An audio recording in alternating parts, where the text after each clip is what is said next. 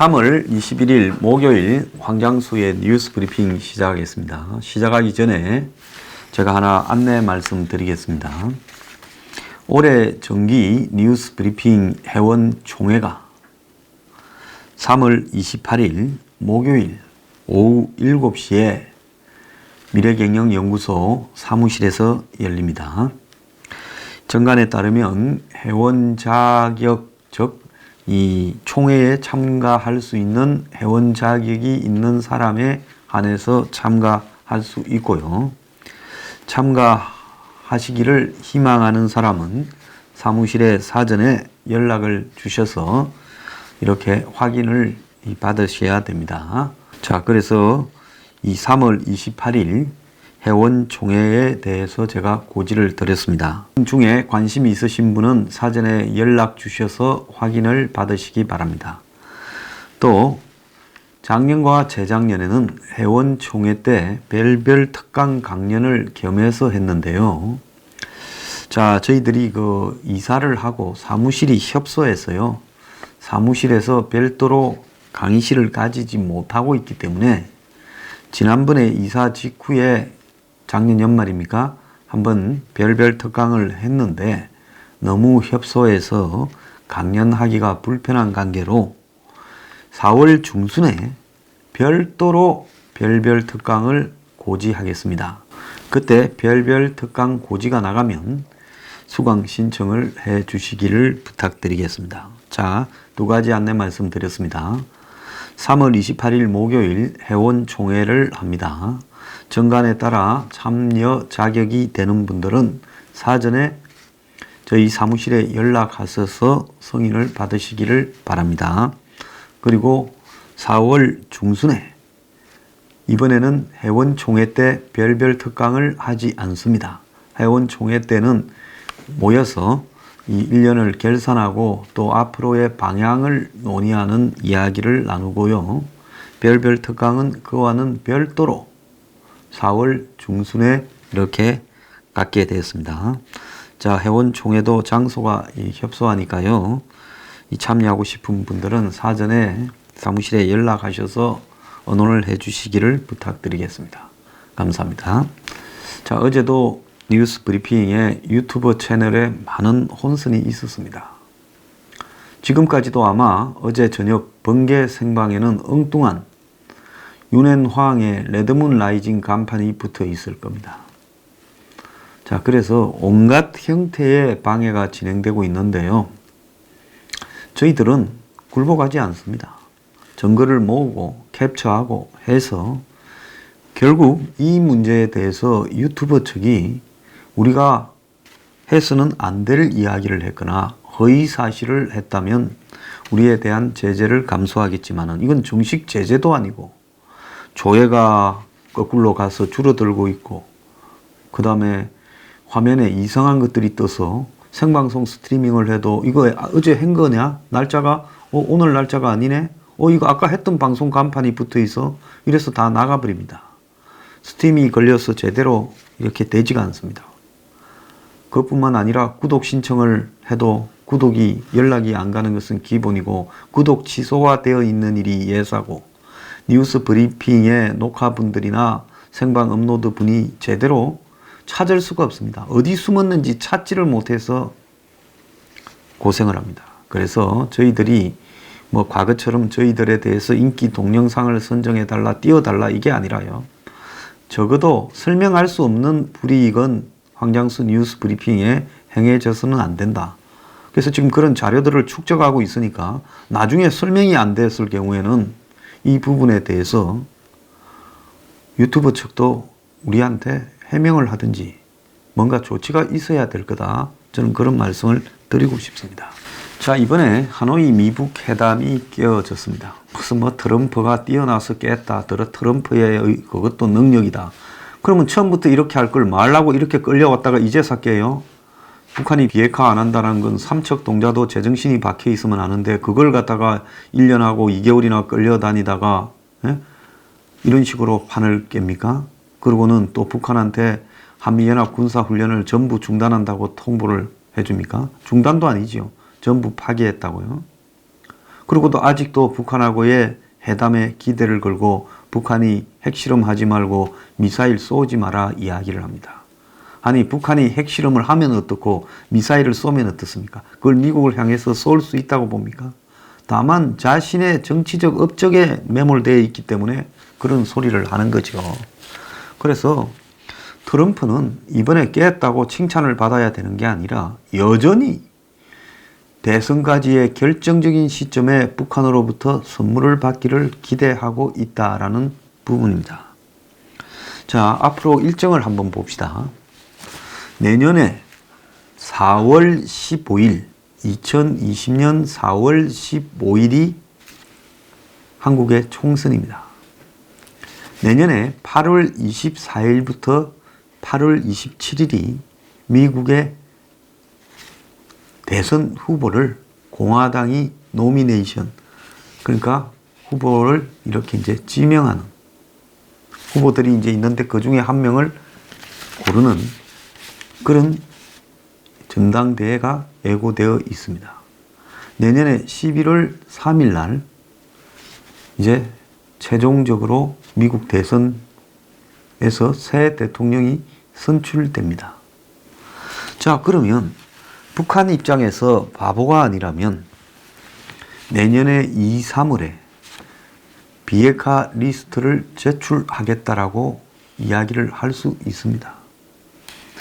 자, 그럼 미국이 다 알고 있을 건데 북한이 비핵화 리스트를 제출을 한다고 하지만은 북한으로서는 비핵화 리스트에 몇 개만 빼고 나름 좀 성실하게 제출할 수 있어요. 리스트를 제출하는 것과 폐기를 하는 것과 또 검증과 사찰을 받는 것은 전혀 다른 이야기죠. 그리고 제출하면서 위치는 바로 하되 숫자를 줄이거나 아주 교묘하게 디테일한 부분을 또 장소를 엄밀히 옮기면서 딴 데 갖다 놓고 어제까지 여기 있었던 것처럼 이런 식으로 제출할 수 있습니다. 그래서 북한은 자, 우리 비핵화 리스트 제출했다. 자, 비핵화 하겠다는 의지를 보인 거 아니냐. 이제 너네들이 우리를 위해서 체제 보장과 대북 제재를 해줘라. 이렇게 요구할 수 있겠죠. 그러면 미국은 종전선언을 하자 하면 북한이 원래 우리는 지금 스케줄로 하면 1월 달에 평화협정까지 끝내야 되는 건데 너네들 때문에 늦어졌으니까 종전선언과 평화협정을 한 방에 하자라고 요구하고 나올 겁니다. 그런데 대선에 임박해 있는 트럼프는 아마 내년 2, 3월쯤 되어서는 트럼프가 대선에 뛰려고 생각하고 있다면 낮아진 여론과 공화당 내부의 반란, 그리고 고은 변호사의 스캔들 문제, 또 뮬러 특검의 수사 보고서 유출 문제, 기타 등등 여러 가지 의혹 등으로 굉장히 궁지에 몰려가지고 뭔가 하나 승부수가 없으면 탈출구가 없는 부분으로 이렇게 몰려갈 수 있어요. 또 더 나아가서 트럼프는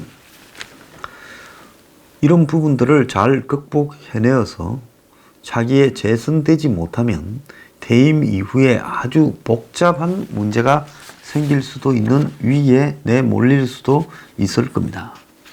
자, 이런 상황에서 트럼프가 북한이 여태까지 주장해온 모양이라도 갖춰주면 무조건 물 수밖에 없는 상황이 될 수 있다는 겁니다. 자, 그렇게 되면 한국의 총선은 그냥 아예 그냥 논외로 하고 미국이 북한의 리스트 제출을 환영하면서 북한에 대한 제재를 일부 완화하고 더 나아가서 평화협정까지 맺고 미북 연락사무소와 미북 수교의 절차까지도 발표할 수 있다고 봅니다. 왜? 그때쯤 되면 목이 빠지게 생겼으니까요.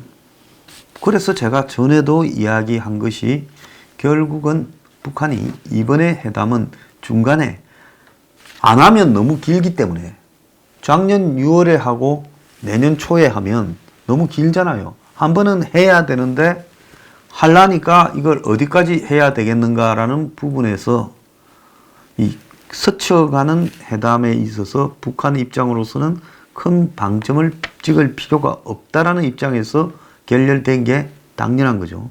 그렇지만은 내년에는 이제 북한이 트럼프를 상대하는 마지막 정상회담이 될 수도 있기 때문에 내년에는 올인해서 아마 트럼프한테 건물을 던질 겁니다. 그러면 트럼프 입장에서는 잡을 수밖에 없는 내용이 들어가 있을 수 있어요. 그래서 리스트를 내고 난 다음에 이 리스트를 검증하는데 또 나아가서 그것을 실천하는데 길게는 10년이라잖아요. 그러니까 북한이 일단 한국의 문정권을 총선에서 이기게 하고 트럼프를 대선에서 구제해놓고 그러면서 이제 손을 내밀고 보따리 다 내놔라고 이야기를 하는 것이 북한의 전략으로는 아주 유리할 수 있다는 겁니다. 자, 그러면 결국은 평화협정을 맺어주게 되면 곧바로 김정은이가 총선 전에 서울을 방남할 수 있는 계기가 될 거예요.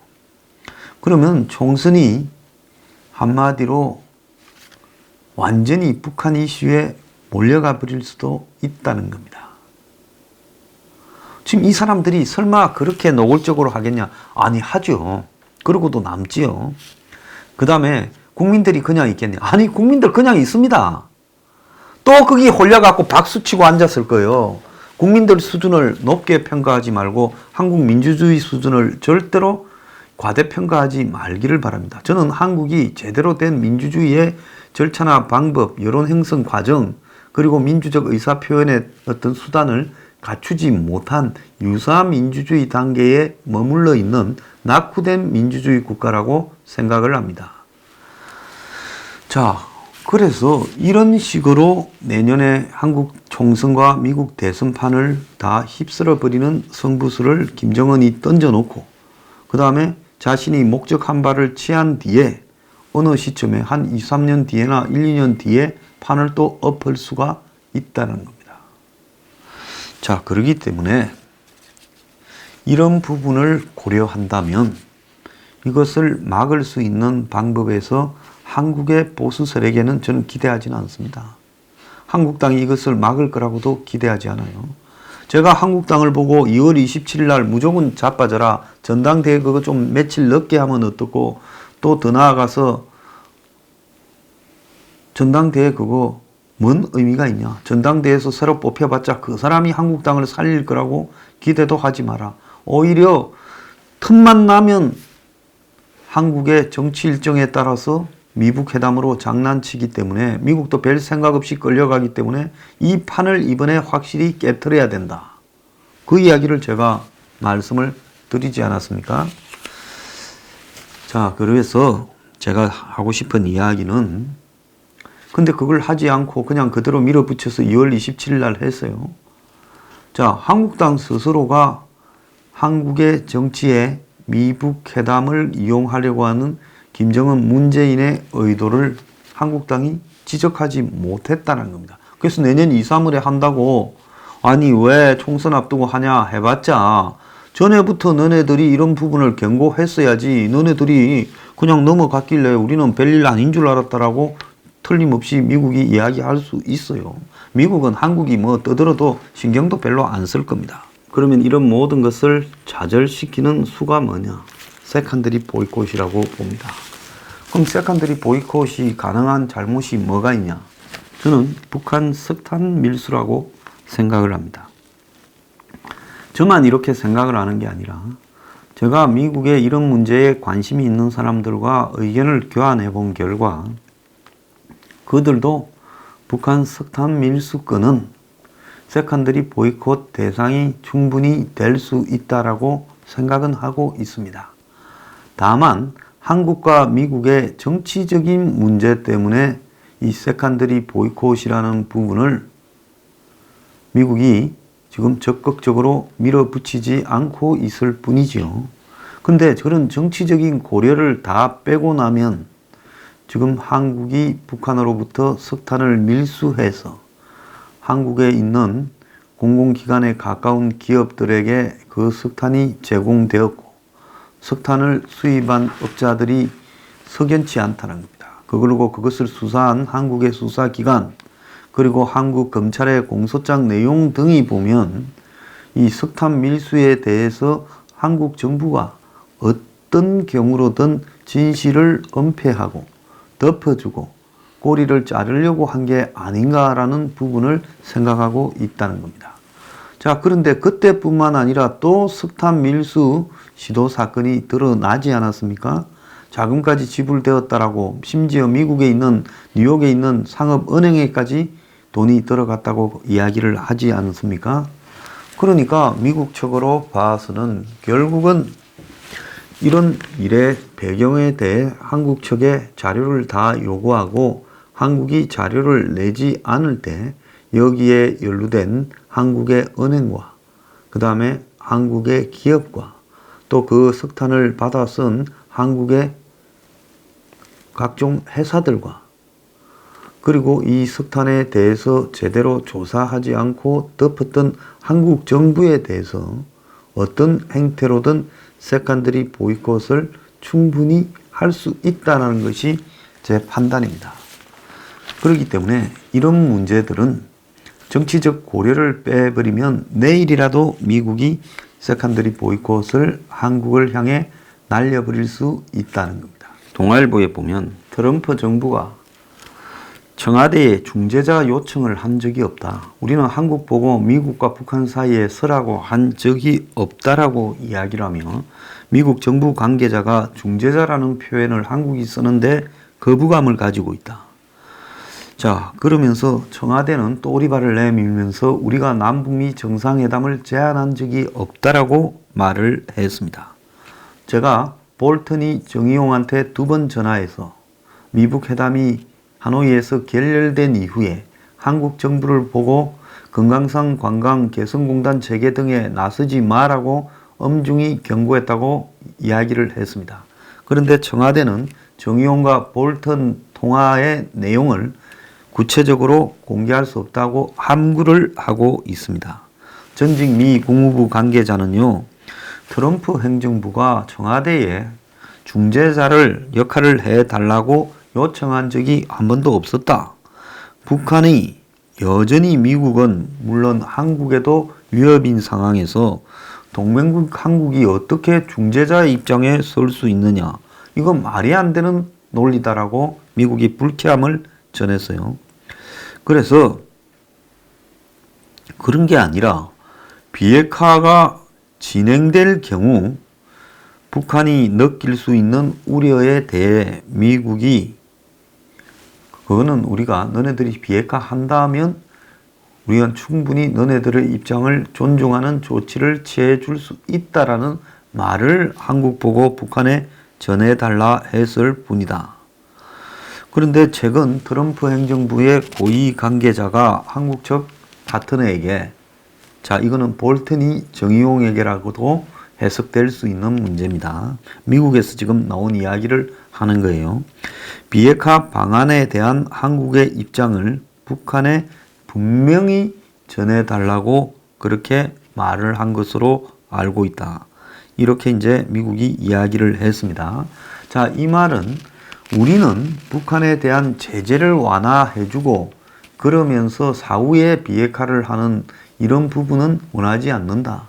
우리가 원하는 것은 북한이 먼저 비핵화를 발표하고 실천에 옮길 때 사후적으로 제재를 해줄 수 있다라는 그런 이야기를 하면서 한국이 북한의 금강산이나 개성공단을 여는 것을 만약에 시도한다면 북한 김정은이한테 아주 잘못된 신호를 주는 거기 때문에 그것은 절대로 용납할 수 없다라는 말을 한 것으로 저는 듣고 있습니다. 자, 지금까지 미국의 코리아 미션 센터라는 걸 맡아가지고 CIA에서 이 대북 교섭을 물밑에서 해온 앤드루 김이라는 사람이 한국 사람이죠. 미국 국적을 가진 어제 한국의 스탠포드 출신들이 모여서 비공개 강연을 했던 모양입니다. 여기에 와서 뭐라고 이야기를 했는가 하면 김정은의 비핵화에 대한 입장이 일관되지 않은 것 같아. 그리고 한미가 북한을 바라보는 관점에 차이가 있다라고 이야기를 했습니다. 김정은이는 비핵화에 대해 어떨 때는 통이 큰 이야기를 했다가 어떨 때는 뒤로 물러나는 오락가락하는 모습을 보였고 북한을 바라보는 한미 간의 시각 차이도 엄청나게 크다. 그러면서 하노이 회담이 결렬된 이후 트럼프 내각에서 김정은에 대한 불신이 커지고 있는데 이 한미가 이럴 때 분열이 되고 서로 의견차가 커지는 모습이 나타나고 있는 게 우려스럽다. 이렇게 말을 했습니다. 조속히 3차 미북 회담을 하기 위해 촉진자 역할을 하겠다고 자처하고 있지만은 빅딜 압박 기조를 유지하는 미국과 이것이 맞지 않다. 그래서 충돌이 일어날 수 있다. 이렇게 이야기를 하고요. 자, 그리고 더 나아가서 김 센터장은 한미가 북한을 바라보는 시각, 예를 들면 금강산이나 개성공단 재개 같은 부분에서 지금 문제가 있을 것이다 라는 뉘앙스로 이야기를 하고 구체적으로 언급을 하지는 않았습니다. 김정은이가 나이가 어려서 오락가락하고 하노이에서도 오판을 했고 미국 정치의 영향력을 자기가 미치는 위치에 있다고 과신을 해서 영변 핵시설 정도 폐기만 제안하면 트럼프가 받을 거라고 생각을 했다가 미북 접촉을 직접 해보니 북측이 미국 중간선거 하기 전에 2차 정상회담을 하면 너희에게 도움이 될 거 아니냐고 했다라는 말까지 했습니다. 그러니까 북한이 철저하게 지금 미국 중간선거가 작년 11월에 있었지 않습니까? 그러니까 그 선거 전에 이제 2차 미북 회담을 하면 트럼프가 점수를 따지 않겠냐. 그러니까 한국의 문 정권이 매사를 정치공학적으로 해석해요. 자, 작년 9월 달에 지방선거가 있으니까 1월 달부터 북한을 끌어들여서 3월 달에 특사 보내고 4월 달에 판문점 가고, 예? 그리고 이제 선거 전날 미북 회담하면 선거 이길 거다. 자, 그러고는 또 그 다음 생각하는 거는 내년 4월 총선을 겨냥해서 지금 연말까지 매듭 짓고, 자, 2월 달쯤에 미북 정상회담에서 이제 종전선언을 하고 내년 초에는 평화협정을 하고 3월 달에는 유엔사 해체하고 4월 달에는 이제 김정은이가 오고 그리고 총선 치르면 모든 게 끝난다. 지금 이렇게 생각을 하는 거죠. 그리고 이 생각을 북한에 주입시킨 겁니다. 김정은이는 나이가 어려서 그런 주입된 생각을 갖고 문제인식으로 매사를 정치적 사고로 판단하는 쪽으로 기울었던 겁니다. 오늘 아침에 조선일보에 보면 미국이 해군 외에 해안 경비대까지 한반도 인근 해역에 급파를 하고 북한 밀수 단속에 나섰고 더 나아가서 B-52에 이어가지고 정찰기까지 지금 띄우고 있다는 겁니다. 한반도 인근에요. 자, 그래서 밀수를 잡는 우리가 흔히 이 캐리버 해에서 미국으로 들어가는 마약 등을 잡는 그 해양 경비대 굉장히 빠른 이 작은 배를 가지고 있죠. 그래서 이런 배들이 고속정을 탑재한 이런 해양 경비대 배들이 특수부대원을 태우고 북한의 잠수정이나 북한 배들을 잡는 쪽에 투입되고 있다라는 겁니다. 그래서 미국이 북한 제재에 집착하는 것을 보고 지금 미국이 아마 효과를 지금 실감을 하고 있다. 이렇게 보이고 미국은 북한을 바짝 덧조음으로써 북한이 손들고 협상에 나와라. 그래서 미국이 동중국해 순찰까지도 명시해서 중국의 영향력을 무시하고 북한에 대한 압박을 하겠다. 지금 이러고 제네바 군축회의에서는 미, 북이 만나서 대량 살상 무기까지 포기하라고 압박을 했습니다. 자, 댄 코처 미 국가정보국장이 지금 방한을 해요.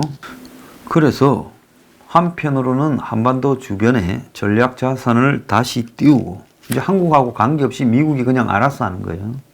정보수장이 방한을 해서 어제 와서 한국의 문재인과 만났지요. 그래서 문에게 북한에서 어떤 이야기 들었느냐 이렇게 묻기도 했고 정의용이와 서훈이 배석하기도 했습니다. 그래서 미국이 북한에 대해서 이제는 쉽게 풀어주지 않겠다라는 압박을 지속적으로 지금 보여주고 있는 상태다. 미 국무부는 이 지금 한국의 언론 탄압에 대해서 어떻게 생각하냐라는 부분에 한국에 물어봐라 했다는 겁니다. 지금 미국에서는 블룸버그 기자에 대한 부분이 화제가 되어 있습니다. 북한은 이제 한국군의 단독 훈련까지도 비판을 하고 있고요. 지금 아주 그냥 보자 하니까 간이 배 밖에 나와서 지금 설치고 있고, 지금 북한에 대한 대북 제재 강화 법안들을 지금 계속 밀어붙이겠다고 이야기를 하고 있습니다. 자, 이런 상황에서 지금 미국은 망설이지 말고 한국의 석탄 밀수에 대해 세컨더리 보이콧을 과감하게 때려야 내년 2, 3월을 겨냥한 북한의 마지막 꼼수, 북한의 꼼수라기보다는 문재인, 김정은, 시진핑 3자의 꼼수를 막을 수 있다고 봅니다.